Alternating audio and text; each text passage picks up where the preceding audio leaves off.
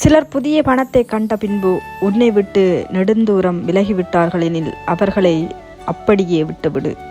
ஏனெனில் அவர்கள் பணத்தாசை பிடித்த போது மீண்டும் வருவார்கள் என்பது நிச்சயமில்லை. அப்பொழுது நீ தாழ்ந்தவனாகவும் தன்னை உயர்ந்தவனாகவும் தான் நினைத்துக் கொள்வார்கள். உன்னை நான் சும்மா விடப் போவதில்லை. உனக்கும் செல்வந்த செழிப்பு தருவேன். அப்பொழுது அவர் மீண்டும் வரும் பொழுது நீ ஏற்றுக்கொள்ள வேண்டாம். அவர் நினைக்க கூடும், எப்பொழுதும் தான் செல்வந்தனாக இருப்பதாகவும் நீ தாழ்ந்தவனாகத்தான் இருப்பாய் என்று. ஆனால் அது நடக்காது.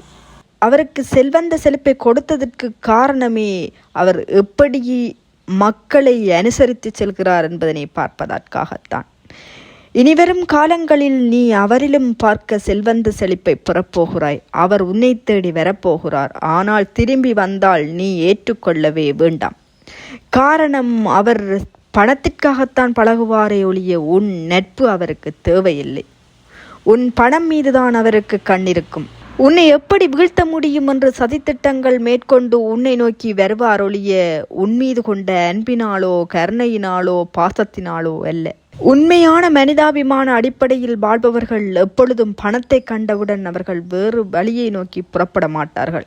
அவர்கள் தாங்கள் இருந்த வழியை எப்பொழுதும் பின்பற்றுவார்கள். எனவே நீ உன் வழியை நோக்கி புறப்பட்டு சென்று கொண்டே இரு. உனக்குரிய செல்வத்தை நான் அள்ளி கொடுக்கப் போகிறேன். வேறு யாரும் முன்னை விட்டு விலகியவர்கள் மீண்டும் வந்து சேரப்போகிறோம் என கூறினால் நீ அதனை ஏற்றுக்கொள்ளாதே. உன் வழியில் இனி நிரந்தரமான செல்வம் கிடைக்கும். நம்பிக்கையோடு செயற்படு.